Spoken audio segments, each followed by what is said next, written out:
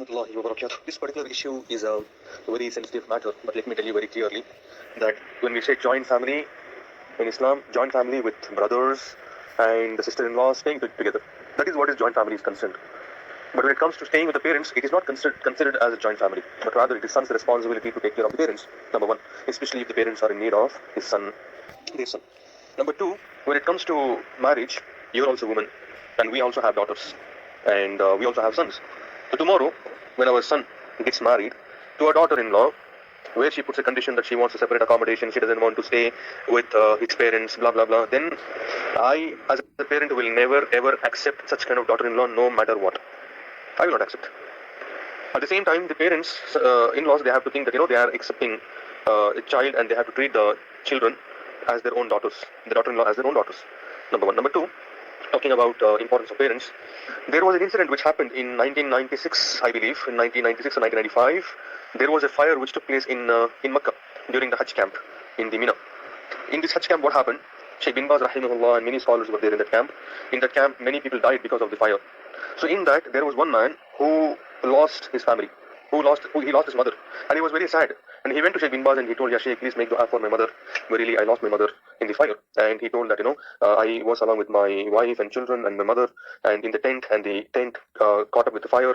And I went inside. I saved my children. Then I saved my wife. Then by the time I went inside, I couldn't save my mother, and she got burnt and she died. Shaykh bin Baz became very sad, and he told that you should have saved your mother first, than your children. Subhanallah, that's the importance of the mother. And also, there was a question asked to Shaykh Salih al-Fawzan, rahimahullah. Rahimahullah, we can say even for the person who's alive, we can say Hafidhullah, may Allah protect him. Somebody asked Shaykh, my wife is telling that, to separate her house from his parents, and she wants to have a separate accommodation and things like that. She doesn't want to take care of them, and what am I supposed to do in this situation, because my parents are dire need of me. Somebody has to take care of them. They became old. Shaykh Salih al-Fawzan gave a beautiful answer. You know what did he say? He said that keep your wife separately and you stay with your parents. Let her suffer alone. You go to her whenever you want. You give money to her, whatever it is required. But you stay with your parents, let your wife stay separately. So as a son, it is obligatory to take care of the parents, even if they are, especially when they are alone, when they are in need of you, not just throwing money. Not just throwing money, subhanAllah. We need to take care of them first, physically and monetarily, emotionally. When you and I become parents, we need our children. We don't need the money of our children. We need children around. And you are the same daughter-in-law when they become old.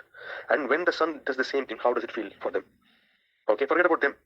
If their parents are alone and any sister-in-law comes to that house and says, she puts a condition that, I don't want to stay with your parents. And the same woman who demanded separate accommodation will say that what kind of sister-in-law I have, how can she force my brother to stay separately? So when it comes to them, they talk about rights. When it comes to others, they blame others. This is a serious issue, wallahi. And it is the son's responsibility to take care of the parents. Okay? If the wife is demanding separate accommodation, okay, put her separately. You be with the parents. Khalas. Because your parents are the door to Jannah. And for the wife, husband is the door to Jannah. Here, obedience is the other way.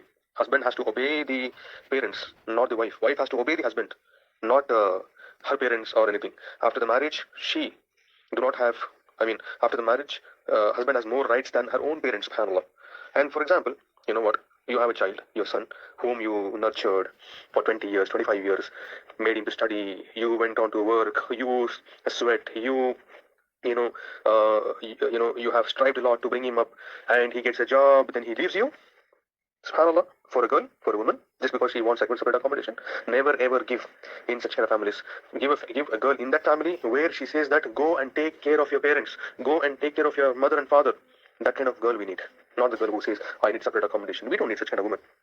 It might be hurting for many people, I'm telling you, but this is the reality and this is the truth. Let's be practical. And Islam does not stop from taking care of the parents, and whoever does this, they are doing oppression. And believe me, Rasulullah sallallahu alaihi wasallam says, whatever you do, the way you deal with others, you will be dealt with similarly. If you have mercy upon others, Allah will have mercy upon you. So the way you deal, Allah will deal with you the similar way. Subhanallah, may Allah protect us.